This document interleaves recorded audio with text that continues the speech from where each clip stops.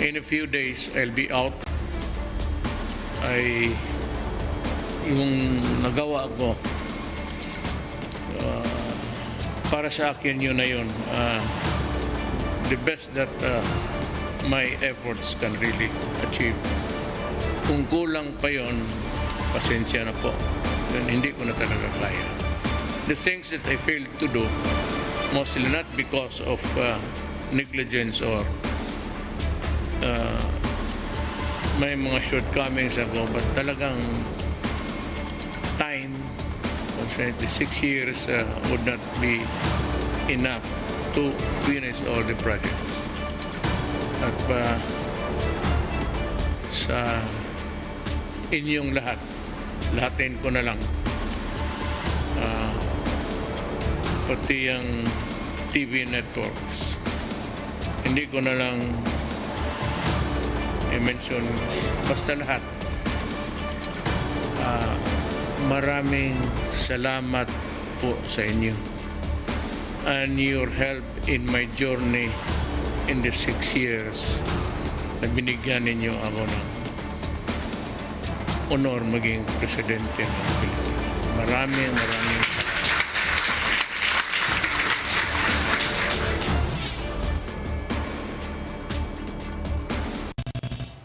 Canvassing of votes for President and Vice President is set to begin today at the Batasang Pambansa. And lawmakers say they're planning to do this non-stop until the proclamation of winners. The camp of presumptive President Ferdinand Marcos Jr. names more people in his incoming cabinet. Another big-time oil price hike takes effect today. Gilas Pilipinas teams return home after podium finishes at the 31st Southeast Asian Games. And check out the highlights of the SEA Games closing ceremony.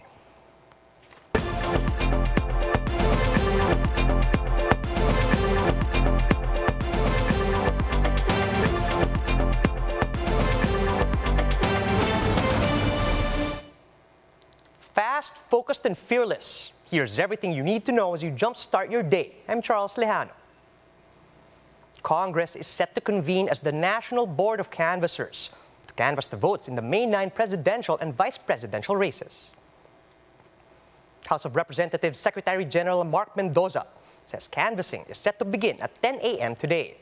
And once the National Board of Canvassers convenes, Mendoza says they're expecting a straightforward process without any breaks or suspension of session. From the time the electronically transmitted COCs are opened via the Consolidation and Canvassing System or CCS, Mendoza says they're eyeing to finish everything and proclaim the new top 2 officials within 24 hours. Pagka magdire-diretso tayo, hopefully by latest will be Thursday morning. Yeah, proclaim na rin po natin Thursday morning. That's latest na po yun. Pero pagka wala naman pong medyo, dire-diretso po tayo, hopefully Wednesday night. Tapos po tayo. 4 more people have accepted the offer to be cabinet secretaries under the incoming Marcos administration. Marlene Alcaide with the story.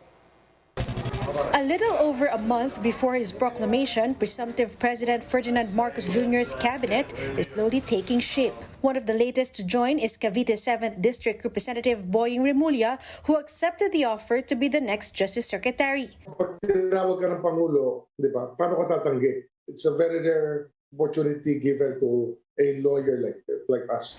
In a press conference, Marcos Jr. cited Remulla's years in public service as his primary consideration. He has a great many years of experience in government, number one, and what many people do not know is that he's actually a very, very good lawyer, and so I think he will fit very nicely into the DOJ. But Remulla just got re-elected in his district. He says he is willing to leave his post, opening 2 scenarios for Cavite's 7th district. Either a special election is held or a caretaker is assigned. Aside from Remulla, Marcos Jr. also finally named a member of his economic team. He tapped former National Economic and Development Authority Chief Arsenio Balisacan to lead NEDA once again. He previously headed the agency during the Aquino administration. Marcos's camp confirmed that Balisacan agreed to take on the role. Mukha namang tumutugma ang aming pag-iisip tungkol sa approach natin dito sa mga darating na ilang taon when it comes to the economic managers. Meanwhile, Senator Amy Marcos is encouraging her brother to consider Energy Regulatory Commission Chairman Agnes de Vanadera to head the Energy Department. But Marcos Jr. says he needs more time to fill his cabinet, especially his economic team. We're working very hard on the other departments and dahan-dahan naman. We are beginning to fill the positions. Marcos' spokesperson, Attorney Vic Rodriguez, also confirmed that former Labor Chief Bienvenido Laguesma and migrant workers advocate Toots Ople agreed to head the Labor and Migrant Workers departments respectively. For News 5, Marlene Alcaide, we are One News. Heads up motorists, oil prices will be seeing mixed movements today. While prices of diesel and kerosene roll back, gasoline prices rather, are climbing over 4 pesos. Shaila Francisco with the details.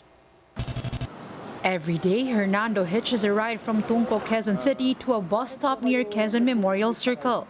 He takes on 2 more rides until he reaches Pasig, where he works as a technician. He says he prefers commuting instead of bringing a car to work as prices of petroleum products continue to climb. Para makatipid din, ako commute na lang. Lalo ngayon may libreng sakay, sinasamantala ko.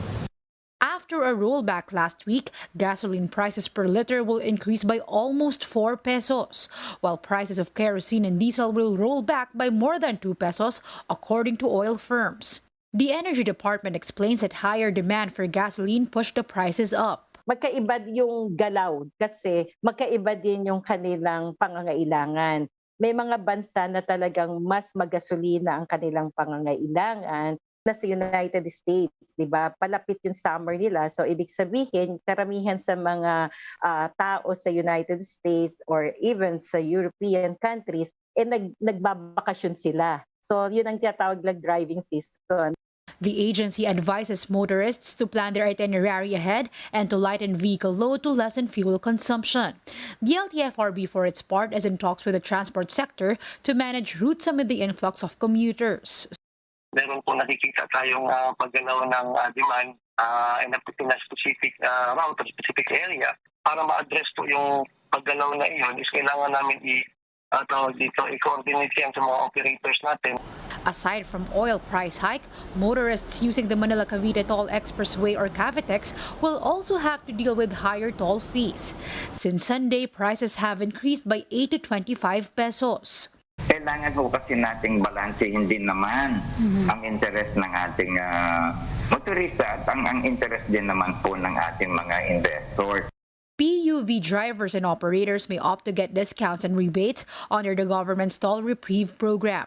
Shaila Francisco, we are One News.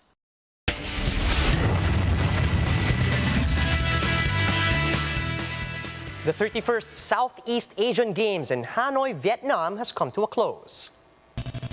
The closing ceremony was held at the Hanoi Indoor Games Stadium last night. Host country Vietnam ranked first with over 446 medals, followed by Thailand and Indonesia. The Philippines came in 4th in the final standing with 228 medals in total, 51 of which are gold.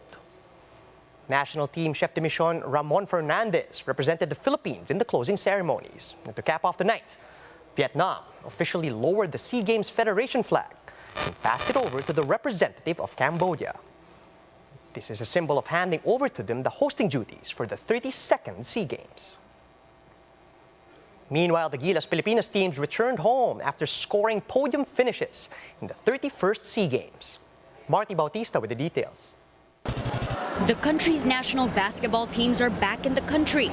First to arrive is men's team head coach Chot Reyes. Reyes has been at the center of criticism after Gilas Pilipinas' shocking loss to Indonesia in the gold medal match. This was the country's first loss in the biennial meet since 1989, ending a 3-decade reign which consisted of 13 straight gold medals. Reyes was quick to take the blame for the loss. However, he asked Pinoy fans to look at the end goal, which is the FIBA World Cup in August 2023.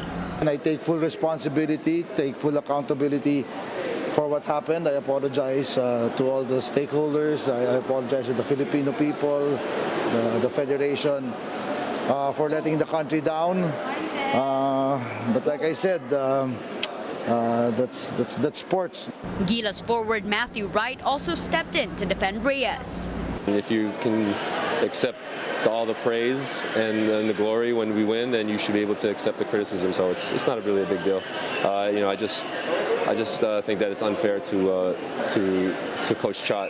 Third-year Ravenna, meanwhile, acknowledged the improvement of Indonesia from the time he faced the team in 2020 for the FIBA Asia Cup qualifiers. You can obviously tell that basketball is really growing and developing quick in Asia, and they really put up a fight. Meanwhile, the saving grace for Team Philippines was the women's team, who secured its second straight SEA Games gold. Despite losing their last match against Malaysia 96-93, the team still owned the best record at 4-1 and wound up with the gold. What are you guys gonna do now? Celebrate? Sleep, party, repeat. So how are you gonna celebrate with that goal? Oh, dude, I'm gonna go party. For News 5, Marty Bautista, We Are One News. Here are the stories to watch out for later today. The Consolidation and Canvassing System, or CCS machines, that will be used for the official counting of votes will be transferred to the plenary hall of Batasang Pambansa this morning, ahead of the canvassing of votes for President and Vice President. Special elections in some parts of Lanao del Sur begin. And the FIBA Asia Cup trophy arrives in Manila for its Philippine tour. And that's how the day is shaping up to be. Join us again later at 9 a.m. as we monitor the day's biggest stories from sunrise to sundown. You can also catch One News on the Signal Play app. Register for a free account at www.signalplay.com so you can stream One News live anytime, anywhere. I'm Charles Lejano. Mask on, wash hands, and stay safe, Philippines. We're One News.